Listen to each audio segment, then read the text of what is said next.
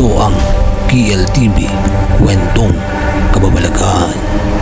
Sa isang maliit na baryo sa probinsya ng Batangas, nakatira si Richard, isang tahimik na binata na mahilig magtrabaho sa bukid. Kilala siya sa kanilang lugar bilang mabait, ngunit kakaiba dahil madalas daw siyang managinip ng mga bagay na nangyayari kinabukasan.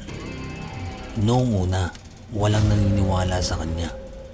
Isang gabi, habang mahimbing ang tulog ng buong baryo, biglang nanaginip si Richard ng isang lumang simbahan na nilalamon ng apoy. Sa panaginip niya, may malakas na kulog, umiiyak ang mga tao at may babaeng nakaitim na paulit-ulit na sumisigaw.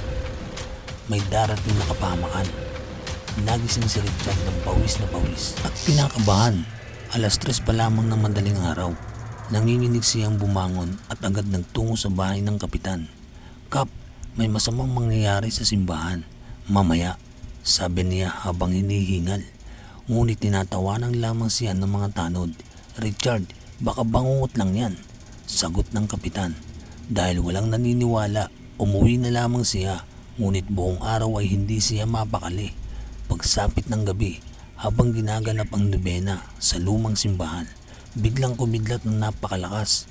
Sumabog ang lumang electrical wire sa gilid ng altar at mabilis na kumalat ng apoy. Nagsisigawan ng mga tao habang nagtatakbuhan palabas. Eksaktong-eksakto sa kanyang panaginip.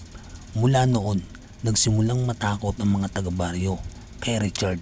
Lumipas ang ilang linggo, muli siyang nanaginip. Sa pagkakataong iyon, nakita niya ang isang batang babae na nalulunod sa ilog. Nakasuot ito ng puting damit at umiiyak habang humihingi ng tulong. Kinabukasan, agad siya nagtungo sa ilog upang magbantay.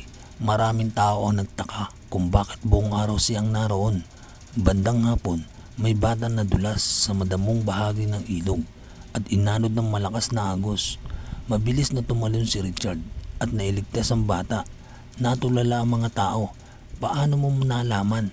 Nanginginig na tanong ng ina ng bata.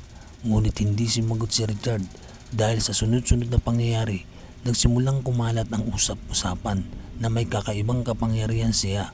Ang iba'y nagsasabing pinagpala siya, ngunit ang iba naman naniniwalang may sumpa siyang dala. Habang lumilipas ang mga buwan, lalo pang lumalala ang kanyang mga panaginip. Hindi lamang ito simpleng pangyayari. Nakakita siya ng mga anino, mga taong walang mukha at isang matandang babae na lagi nakatingin sa kanya sa dulo ng kanyang panaginip. Isang gabi ng tag-ulan, muli niyang nakita ang matandang babae. Nakasuot ito ng itim na saya at may hawak na kandila. Malapit siyang dumating. Bulong nito, "Sino ka?" Takot na tanong ni Richard. Unti-unting ngumiti ang matanda. Ang dahilan kung bakit na nakakita.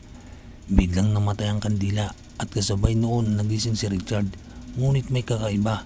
Amoy kandila ang buong kwarto niya at may putik na bakas ng paa mula sa pintuan papunta sa kanyang higaan.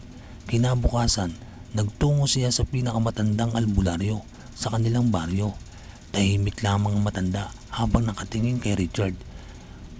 "Mula pagkabata may kasama ka ng espiritu," sabi nito.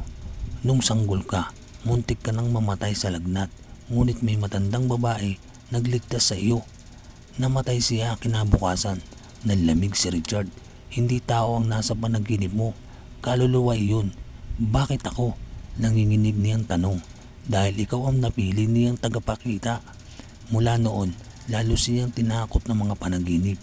May mga gabing nakakakita niya ang mga taong namamatay. May mga gabing may naririnig siyang umiiyak sa labas ng bahay kahit walang tao. At isang gabi, nakita niya ang sarili niya nakahiga sa kabaong. Napabalikwas siya sa kama. Sa panaginip may mga kandilang nakapaligid sa kanya habang umiiyak ang kanyang ina. Sa likod ng kabaong, nakatayo ang matandang babaeng nakaitim. Ngumingiti. Kinakabukasan, buong araw siyang balisa. Ayaw niyang lumabas ng bahay, ngunit may kakaibang pwersang tila humihila sa kanya papunta sa lumang tulay sa baryo. Bandang gabi, bumuhos ang napakalakas na ulan. Habang pauwi si Richard, may narinig siyang sigaw, Isang bus ang nawalan ng preno papunta sa tulay. Maraming taong namatay. Walang pag-aalinlangan siyang tumakbo at sumigaw sa mga tao upang lumikas. Maraming nakaligtas, ngunit sa gitna ng kaguluhan, bumigay ang lumang tulay.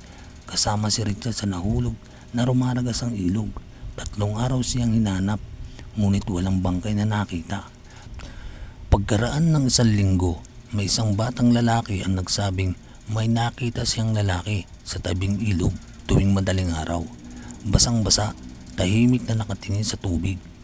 At kapag lumalapit siya, unti-unti itong nawawala sa dilim. Hanggang ngayon, marami pa rin taga-baryo ang nagsasabing kapag may managinip tungkol kay Richard, may masamang mangyari kinabukasan. At tuwing 3:00 ng madaling araw, may maririnig daw na mahinang bulong sa lumang tulay. Mag-ingat ka,